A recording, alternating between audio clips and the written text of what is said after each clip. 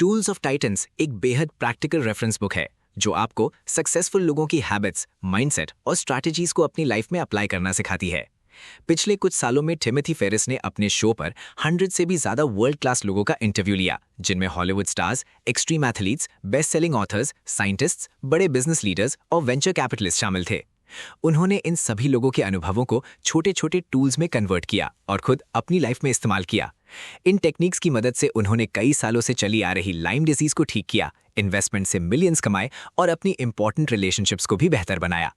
हम अक्सर सोचते हैं कि सक्सेसफुल लोगों की लाइफ को पूरी तरह कॉपी नहीं किया जा सकता क्योंकि उनका स्टार्टिंग पॉइंट अलग होता है।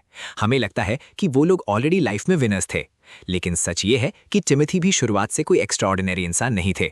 उन्होंने इन सक्सेसफुल लोगों की लाइफ स्टोरी से ऐसे प्रैक्टिकल लेसन्स निकाले जिन्हें कोई भी अपनी डेली लाइफ में यूज कर सकता है। जैसे सुबह उठने के पहले 1 घंटे में ये लोग क्या करते हैं, ये खुद को फिजिकली फिट कैसे रखते हैं, कौन सी बुक्स और मूवीज इन्हें इंस्पायर करती है, इन्हें मिली सबसे बेस्ट और सबसे वर्स्ट एडवाइस क्या थी, और सबसे इंपॉर्टेंट, ये लोग क्वेश्चंस कैसे पूछते हैं। क्योंकि सही सवाल पूछना एक पावरफुल स्किल है। सही क्वेश्चंस लोगों के दिल तक पहुंचते हैं और नए अपॉर्चुनिटीज के दरवाजे खोलते हैं। जब आप इन सक्सेसफुल लोगों के थिंकिंग पैटर्न्स को समझते हैं और अपनी सोच का पर्सपेक्टिव बदलते हैं, तब आपको दुनिया एक नए तरीके से दिखाई देने लगती है। ये किताब मुख्य रूप से 3 थीम्स पर आधारित है: health, better body, energy, fitness और हेल्दी लाइफस्टाइल से जुड़ी habits, wealth, business, investing, productivity और फाइनेंशियल सक्सेस के practical lessons, wisdom, mindset, happiness, relationships, decision making और लाइफ फिलॉसफी।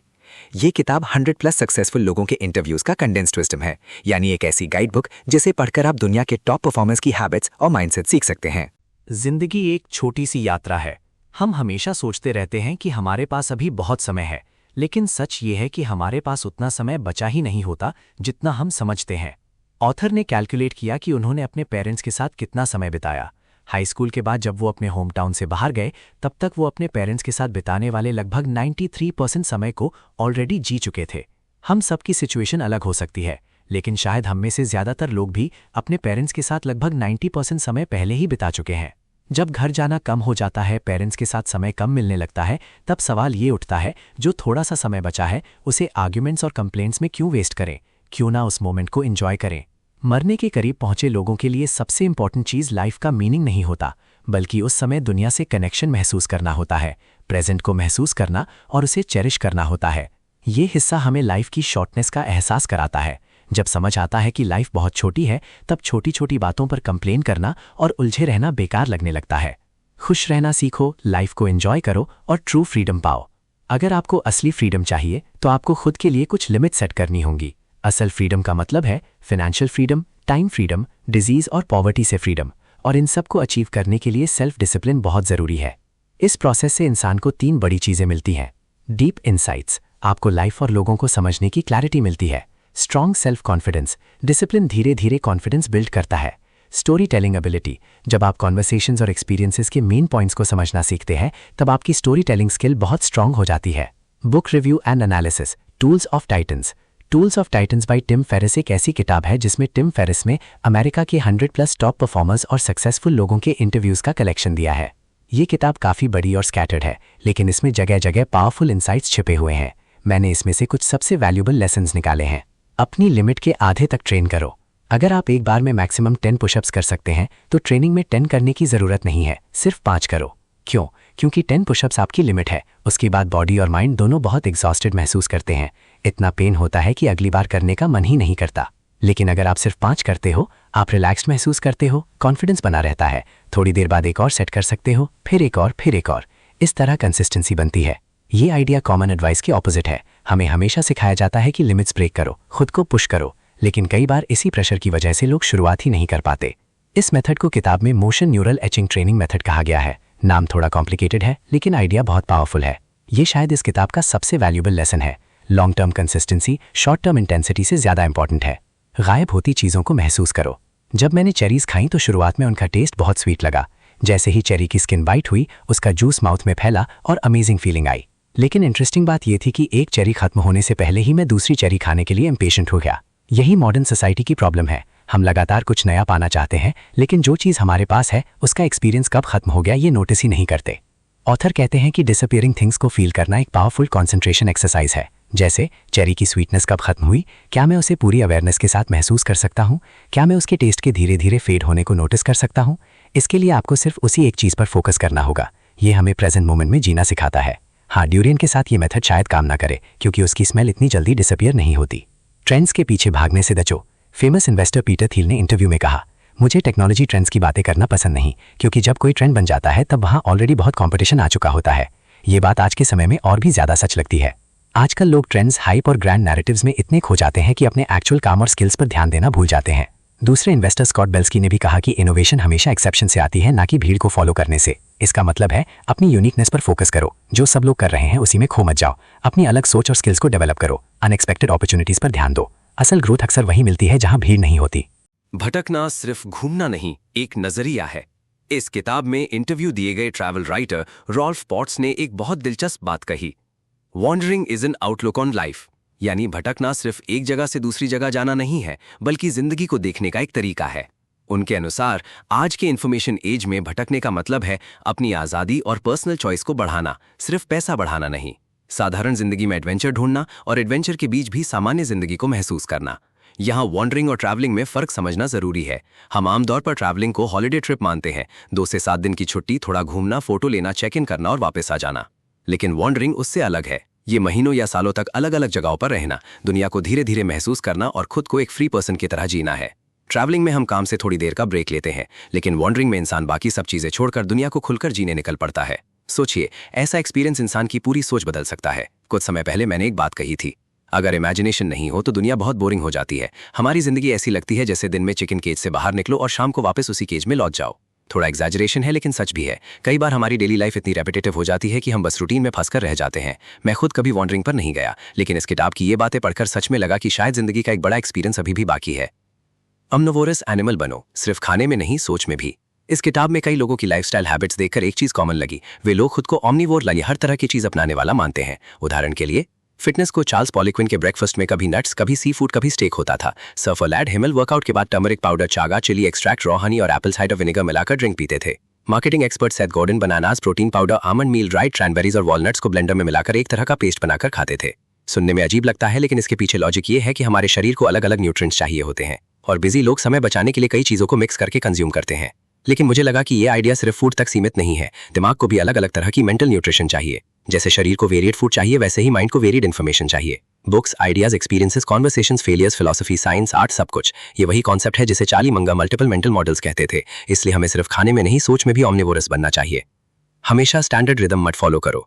हमारे अंदर नेचुरली ये फीलिंग होती है कि भीड़ के साथ चलना सेफ है, लेकिन सेफ होना हमेशा सही होना नहीं होता। इस किताब में एक इंटरेस्टिंग आइडिया दिया गया है, अगर आप कॉलेज 2 साल में खत्म कर सकते हो तो 4 साल क्यों लगाना। स्टैंडर्ड रिदम फूल्स के लिए होता है। स्कूल और सोसाइटी एवरेज लोगों के हिसाब से सिस्टम बनाते हैं ताकि कोई पीछे ना छूटे। लेकिन अगर आप हमेशा उसी स्टैंडर्ड पेस पर चलोगे तो शायद कभी एक्स्ट्राऑर्डिनरी नहीं बन पाओगे। ये बात मुझे बहुत सही लगी। कई बार जिंदगी में आगे बढ़ने के लिए इंसान को स्टैंडर्डाइज रास्तों से बाहर निकलना पड़ता है, अपनी स्पीड चुननी पड़ती है, अपना तरीका बनाना पड़ता है। आजकल लोग लिमिट ब्रेक करने की बातें बहुत करते हैं, लेकिन असली चैलेंज है अपनी खुद की रिदम ढूंढना। दूसरों जैसा बनने की कोशिश में हम अपनी यूनिकनेस खो देते हैं। सक्सेस का असली मतलब family relationships. Medical expert Peter Attia ने सक्सेस की एक ऐसी डेफिनेशन दी जिसने मुझे बहुत प्रभावित किया। उन्होंने कहा, सक्सेस ये नहीं कि आपने बच्चे की हर मटेरियल डिमांड पूरी की या नहीं। सक्सेस ये है कि क्या आपका बच्चा आपको अपना सबसे भरोसेमंद इंसान मानता है, क्या वो किसी भी समय आपको कॉल कर सकता है, क्या आप वो पहले इंसान हो जिससे वो एडवाइस लेना चाहता है। ये डेफिनेशन बहुत सिंपल है लेकिन बेहद गहरी। इसी तरह एक और इंटरव्यू शेकाल ने कहा, मेरे लिए सक्सेस का मतलब है पेरेंट्स, ग्रैंड पेरेंट्स और चिल्ड्रन के साथ हेल्दी रिलेशनशिप रखना। आजकल हम सक्सेस को सिर्फ मनी, फेम और अचीवमेंट से मेजर करते हैं, लेकिन अगर कोई इंसान अपने सबसे करीबी लोगों के साथ ही अच्छा रिश्ता नहीं बना पाया तो क्या वो सच में सक्सेसफुल है। हाँ, हर रिलेशनशिप हमेशा परफेक्ट नहीं हो सकती, लेकिन कोशिश करना जरूरी है। कई बार जिंदगी की असली जीत ऑफिस या बिजनेस में नहीं बल्कि घर के अंदर तय होती है। कंपनी में फियर्स डिबेट जरूरी है। सिलिकॉन वैली एंटरप्रेन्योर मार्क आंड्रेसन का मानना है कि किसी भी ऑर्गेनाइजेशन में स्ट्रॉन्ग आइडियाज तभी निकलते हैं जब लोग ओपनली डिबेट करें। उनकी कंपनी में एक रूल था, attack each other without mercy. इसका मतलब लोगों पर अटैक करना नहीं बल्कि आइडियाज को अग्रेसिवली चैलेंज करना। मीटिंग में कोई भी एम्प्लॉय अपना आइडिया रखता था तो बाकी लोग बिना हेजिटेशन उस पर सवाल उठाते थे, फ्लॉस निकालते थे और डिबेट करते थे। क्यों? क्योंकि जो आइडिया सच में मजबूत होगा वही प्रेशर सर्वाइव करेगा। टिम फेरिस इसे रेड टीम मेथड कहते हैं। जैसे मिलिट्री एक्सरसाइजेज में 2 टीम्स एक दूसरे को चैलेंज करती हैं। ये कॉन्सेप्ट बहुत पावरफुल है क्योंकि ज्यादातर ऑर्गेनाइजेशंस में लोग सच बोलने से डरते हैं। सबऑर्डिनेट्स बॉसेस से डिसएग्री नहीं करते, सब पोलाइट रहते हैं, लेकिन अंदर ही अंदर प्रॉब्लम्स बढ़ती रहती हैं। ऑर्गेनाइजेशन बिहेवियर एक्सपर्ट क्रिस आग्रेस ने इसे ऑर्गेनाइजेशनल डिफेंस कहा था, जहां लोग कॉन्फ्लिक्ट अवॉइड करने के लिए सच नहीं बोलते। रिजल्ट, ऑर्गेनाइजेशन धीरे धीरे वीक हो जाती है। इसलिए हेल्दी डिबेट जरूरी है, क्योंकि कई बार अनकंफर्टेबल ट्रूथ ही सबसे वैल्यूएबल ट्रूथ होता है। तीसरे नंबर पर आने वाले आइडियाज ज्यादा वैल्यूएबल होते हैं।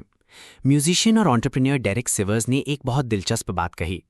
किसी भी सवाल का जो पहला जवाब हमारे दिमाग में आता है वो ज्यादा इंटरेस्टिंग नहीं होता, क्योंकि वो ऑटोमेटिकली जनरेटेड आंसर होता है। यानी पहला जवाब वही होता है जो बिना ज्यादा सोचे दिमाग तुरंत दे देता है। साइकोलॉजिस्ट डैनियल काहनेमैन इसे दिमाग का सिस्टम 1 कहते हैं। ये वही सोच है जो आदतों और पुराने पैटर्न्स पर चलती है। अब सोचिए, अगर आप हमेशा वही जवाब देते रहेंगे जिनमें सोचने की जरूरत ही नहीं पड़ती, तो नया इंस्पिरेशन कहाँ से आएगा? लेकिन अगर आप खुद से दूसरा या तीसरा जवाब खोजने की कोशिश करें, तब असली क्रिएटिविटी शुरू होती है। किसी सवाल का तीसरा जवाब निकालने के लिए आपको गहराई से सोचना पड़ता है।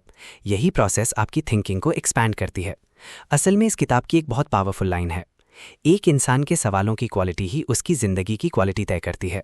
लेकिन ध्यान से देखें तो ज्यादातर लोग सवाल पूछने में ही केयरलेस होते हैं।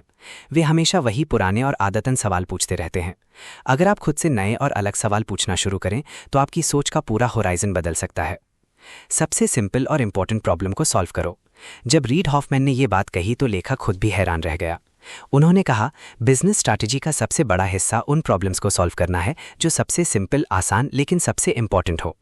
दुनिया में ज्यादातर लोग कॉम्प्लेक्स प्रॉब्लम्स सॉल्व करके खुद को इंटेलिजेंट साबित करना चाहते हैं, लेकिन सच ये है कि सबसे वैल्यूएबल प्रॉब्लम्स अक्सर सिंपल होती हैं, बस लोग उन्हें इग्नोर कर देते हैं। इसीलिए हमें खुद से पूछना चाहिए, मेरी जिंदगी या दुनिया की सबसे सिंपल लेकिन सबसे इंपॉर्टेंट प्रॉब्लम क्या है? सिंपल प्रॉब्लम्स हमारे आसपास ही होती हैं। उन्हें सॉल्व करने के लिए हमेशा डीप नॉलेज या एक्स्ट्रा ऑर्डिनरी इंटेलिजेंस की जरूरत नहीं होती, बस उन्हें नोटिस करने की जरूरत होती है। हो सकता है कि वही छोटी सी प्रॉब्लम सॉल्व करके आप बड़ी जीत हासिल कर लें। अपना शुरुआती प्रोजेक्ट सिर्फ 10 लोगों को दिखाओ। मार्केटिंग एक्सपर्ट सेथ गोडिन एक बहुत प्रैक्टिकल मार्केटिंग थ्योरी बताते हैं।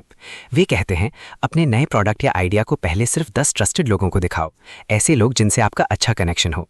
अगर वे लोग खुद से एक्साइटेड होकर दूसरों के बारे में बताना शुरू नहीं करते तो शायद आपका प्रोडक्ट अभी उतना अच्छा नहीं है। ये बात बहुत सिंपल है। अगर आपके अपने दोस्त ही आपके काम की तारीफ करके उसे आगे शेयर नहीं कर रहे तो बाकी लोग क्यों करेंगे? ये मेथड बहुत प्रैक्टिकल है। आजकल हम सबके पास 1-2 अच्छे व्हाट्सएप या टेलीग्राम ग्रुप्स होते हैं। आप अपना काम वहां शेयर कर सकते हैं और लोगों का रिएक्शन देख सकते हैं। अगर आपका आइडिया ग्रुप में पत्थर की तरह गिरकर गायब हो जाए और कोई डिस्कशन ही ना बने तो शायद आपको प्रोडक्ट दोबारा इंप्रूव करना चाहिए। शुरुआत में ही फीडबैक मिल जाना बाद में बड़ा नुकसान होने से कहीं बेहतर है। पेरेंटिंग के लिए 2 बेहतरीन सलाह। सेथ गोडिन ने पेरेंटिंग के लिए 2 बहुत पावरफुल सुझाव दिए। उनके अनुसार बच्चों को 2 चीजें जरूर सिखानी चाहिए, लीडरशिप सीखना, इंटरेस्टिंग प्रॉब्लम सॉल्व करना। लीडरशिप सीखना, उनका कहना है कि ज्यादातर लोग लीडरशिप नहीं सीखते, इसीलिए वे सिर्फ दूसरों को फॉलो करना सीखते हैं। लेकिन फ्यूचर की दुनिया में सिर्फ ओबीडियंट होना काफी नहीं होगा। जो लोग लीड कर पाएंगे वही आगे बढ़ेंगे। सच तो यह है कि लीडरशिप स्किल होना हमेशा फायदा देता है, फिर भी हमारे एजुकेशन सिस्टम में इसे शायद ही कभी सिखाया जाता है। इंटरेस्टिंग प्रॉब्लम सॉल्व करना, दूसरी सलाह और भी पावरफुल है। बच्चों को सिर्फ किताबों का नॉलेज मत सिखाइए, उन्हें प्रॉब्लम सॉल्व करना सिखाइए। और खास बात, फन लर्निंग का फ्यूल है। अगर बच्चा खुद किसी चीज को सॉल्व करने में इंटरेस्टेड है तो वो नेचुरली सीखता जाएगा। अगर वो फेल हो जाए तो उसे क्रिटिसाइज मत कीजिए, बल्कि उसके साथ मिलकर रीजन समझिए और नया सोल्यूशन खोजिए। आजकल कई पेरेंट्स सिर्फ बच्चों पर पढ़ाई का प्रेशर बढ़ाते जा रहे हैं, लेकिन असली सवाल ये है, दुनिया के सबसे सक्सेसफुल लोगों की सबसे बड़ी स्ट्रेंथ क्या होती है? जवाब है leadership, problem solving ability. Readymade knowledge सिर्फ पुराने प्रॉब्लम सॉल्व करता है, लेकिन असली लीडर्स नए प्रॉब्लम्स के नए सॉल्यूशंस खोजते हैं। इसलिए पेरेंटिंग में सिर्फ मार्क्स नहीं बल्कि थिंकिंग एबिलिटी और लीडरशिप डेवलप करना ज्यादा जरूरी है। अपने आइडिया मसल्स को ट्रेन करो। जेम्स ऑल्टचर एक इन्वेस्टर, एंटरप्रेन्योर और राइटर हैं। उनकी एक बहुत इंटरेस्टिंग हैबिट है, वे हर सुबह एक छोटी नोटबुक में 10 नए आइडियाज लिखते हैं। यानी वे क्रिएटिविटी को एक मसल की तरह ट्रेन करते हैं। असल में क्रिएटिविटी कोई पूरी तरह जन्मजात टैलेंट नहीं है, इसे प्रैक्टिस और ट्रेनिंग से डेवलप किया जा सकता है। लेकिन बहुत लोग ये मान लेते हैं कि क्रिएटिविटी सिर्फ जीनियसेस में होती है, जैसे Wolfgang Amadeus Mozart, Pablo Picasso या एल्बर्ट आइंस्टाइन। हमें लगता है कि वे किसी दूसरी दुनिया के इंसान थे, लेकिन हम ये भूल जाते हैं कि उनकी क्रिएटिविटी के पीछे वर्षों की कॉन्शियस प्रैक्टिस और मेहनत थी। अगर सही तरीका अपनाया जाए और लगातार प्रैक्टिस की जाए तो इंसान अपनी क्रिएटिविटी को कल्पना से कहीं ज्यादा बढ़ा सकता है। लेखक कहता है कि जब उसने अपनी पहली पब्लिक आर्टिकल्स लिखी तब वो सिर्फ एक छोटा एक्सपेरिमेंट कर रहा था। उसने वो काम किया जिसके बारे में पहले वो सोच भी नहीं सकता था। इसीलिए अपने टैलेंट्स को बोल्डली ट्रेन करो। जेम्स ऑल्टचर कहते हैं, अगर 10 आइडियाज नहीं सूझ रहे तो 20 सोचो, क्योंकि कई बार 20 आइडिया सोचना 10 से आसान हो जाता है। उन्होंने जॉन स्टाइनबैक का एक कोट भी याद दिलाया, क्रिएटिविटी खरगोशों की तरह होती है, पहले कुछ होते हैं, फिर उन्हें संभालना सीखो और जल्द ही तुम्हारे पास दर्जनों होंगे। इस किताब में कई लोगों ने मॉर्निंग नोट्स या मॉर्निंग पेजेस लिखने की हैबिट का भी जिक्र किया है। ये भी एक तरह की फ्री क्रिएटिव एक्सरसाइज है। इंस्पिरेशंस दिन के किसी भी समय आ सकती हैं, ज़रूरी बात यह है कि उन्हें तुरंत लिख लिया जाए। टिम फेरिस किताब में लिखते हैं, अगर आप यहाँ 30 मिनट और वहाँ 45 मिनट जोड़कर काम करेंगे तो आप कभी भी ग्रेट क्रिएटिव वर्क नहीं कर पाएंगे। क्रिएटिव वर्क के लिए कम से कम 3-5 घंटे का अनइंटरप्टेड टाइम ज़रूरी होता है। सिर्फ हफ्ते में एक बार लंबा समय निकालना भी काफ़ी नहीं है, आपको लगातार कई दिनों तक फोकस टाइम चाहिए।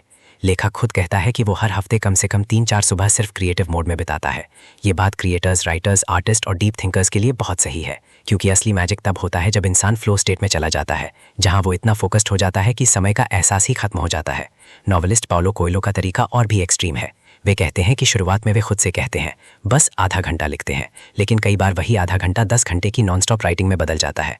यही डीप फोकस की ताकत है।